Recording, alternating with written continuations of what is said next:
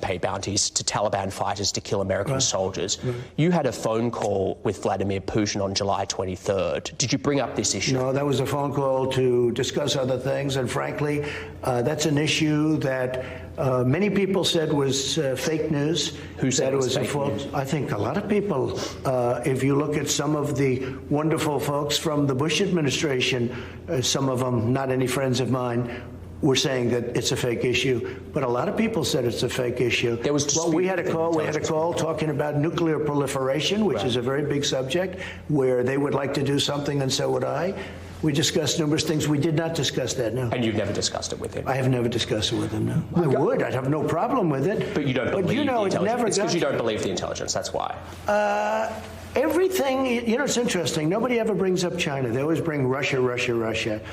If we can do something with Russia in terms of nuclear proliferation, which is a very big problem, bigger problem than global warming, a much bigger problem than global warming in terms of the real world, that would be a great thing. No, it never reached my desk. You know why? Because they didn't think it was intelligence. They didn't think it was real. It was in your written brief, though. They didn't think it was worthy of. I wouldn't mind if it reached my desk. I would have done something about it. It never reached my desk because. Do you read your written brief? I do. I read a lot. Really? I read a lot. They like to say I don't read. I read a lot. I comprehend extraordinarily well, probably better than anybody that you've interviewed in a long time. I read a lot. I spend a lot of time at meetings. Usually it's once a day or at least 2 or 3 times a week intelligence. This was apparently talking about India, talking about with the problems with China, talking about so many different elements of the world.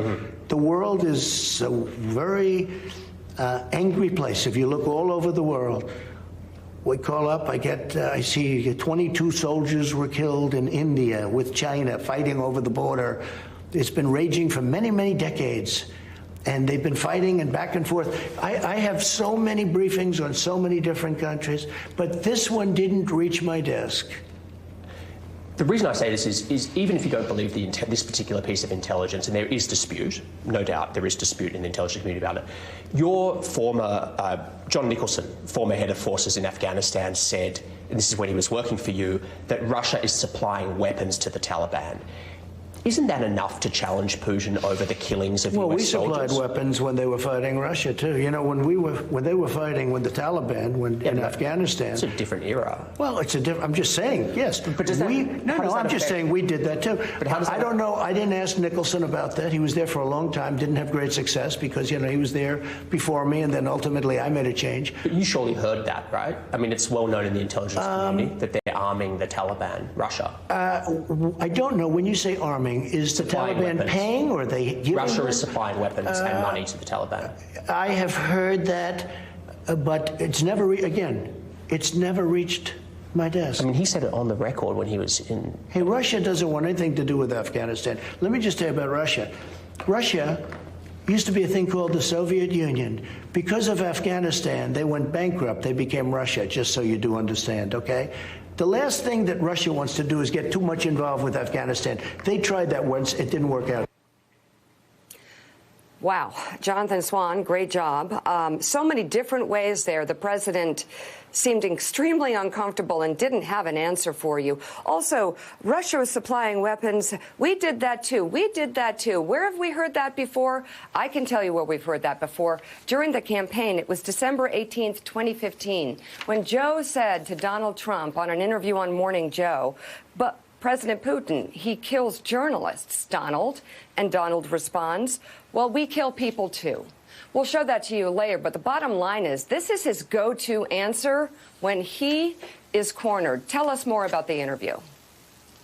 Well, I mean, you saw it there, and I think it's important. I'm glad you played it in its full context, because in some ways, the most shocking part of that clip is actually not the first part where he admits for the first time on the record that he hasn't raised the issue of the bounties with Vladimir Putin. That's the least shocking part of that call, because actually, frankly, you can have a debate within policy circles about whether it's the appropriate thing. I mean, there are dissenting opinions within the intelligence community about this intelligence. It certainly is serious intelligence being taken seriously by the allies, and there is a very good argument for why the president should raise it with Putin. But the second question is actually more important, which is, fine, you don't believe this intelligence, or you're skeptical of it. Let's try and take the most good faith interpretation of it. But you know that Russia has been supplying weapons and money to the Taliban because the man who ran your forces in Afghanistan, John Nicholson, under your administration, said this on the record when he worked for you. Mm-hmm. And for him to say then, well, I don't know if I've heard about this, never reached my desk, and by the way, we gave them weapons too. I mean, like in a different... Honestly, it was one of the most shocking... I've covered President Trump for 5 years. I think it's one of the most shocking exchanges I've ever had with him.